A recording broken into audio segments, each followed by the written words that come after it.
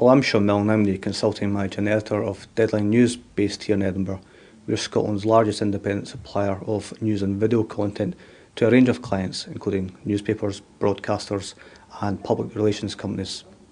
This week we launched our website at deadlinenews.co.uk, where as well as more interactivity and far better design, you'll see a greater use of video packages. This is in part due to the fact we recently recruited a whole new team of talented video journalists in direct response to the increased demand from our clients. Among the many projects we work on is of course Guru Spot. Every week you should be able to see a new one. The most popular so far being Burnout Bootcamp. I'm delighted I've been asked today to introduce it. We hope it makes you think a bit more about video as a medium and hope you enjoy it.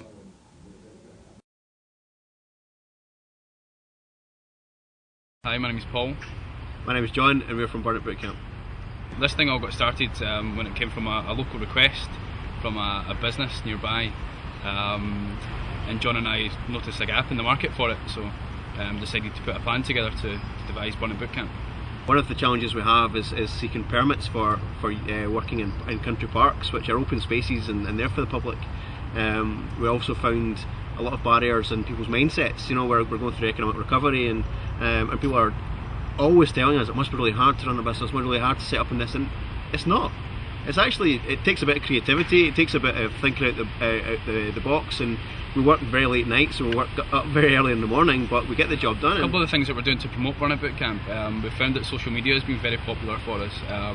We've grew to nearly 700 fans in just a couple of months on Facebook alone. One of the issues we had when we started was cash flow, in that things get paid for at the end of the 6-week block rather than the start.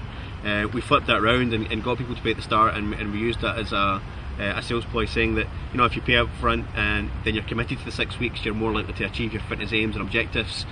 People then felt that that was part of the process, that paying up front was part of the process. We also looked for a cheap online provider who would do a merchant account for us, and within 3 days we can get our cash out of our merchant account. If someone's sitting at home and they've got a goal or an aspiration that they've been wanting to follow for a while and never got into doing it, I'd say just go and do it. Paul and I started part-time, we were still working at the time, and we did this at nights, we did it in the mornings, we fitted it into lunch breaks, we used our smartphones to send emails and receive emails from. You don't need investment capital, you don't need to be going to speak to the banks, you just need to get up and get it done. Take an advert in the paper, see what interest there is, and if you've got an interest, follow that interest.